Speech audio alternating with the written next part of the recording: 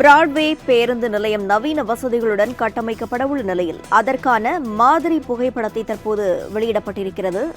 விவரங்களை செய்தியாளர் நந்தினி வழங்க கேட்கலாம். வணக்கம் நந்தினி, விவரங்கள் என்ன?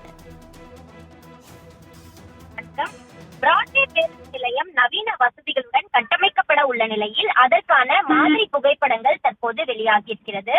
நாளொன்றுக்கு பல்லாயிரக்கணக்கான பயணிகள் வந்து செல்லும் இப்பேருந்து நிலையத்தை இடித்து நவீன பேருந்து நிலையமாக கட்டமைக்க சென்னை மாநகராட்சி நிர்வாகம் முடிவு செய்திருக்கிறது.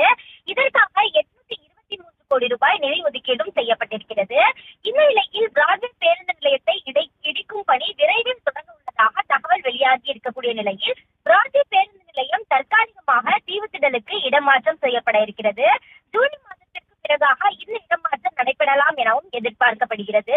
இந்த நிலையில் தான் நவீன வசதிகளுடன் வணிக வளாகத்துடன் கூடிய பேருந்து முனையமாக பிராட்வே பேருந்து நிலையம் கட்டப்பட இருக்கக்கூடிய நிலையில் அதற்கான மாதிரி புகைப்படங்கள் தற்போது வெளியாகி இருக்கிறது.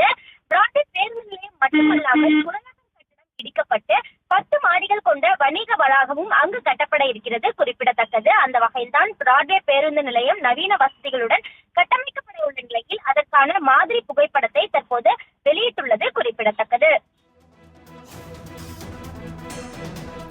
விவரங்களுக்கு நன்றி நந்தினி.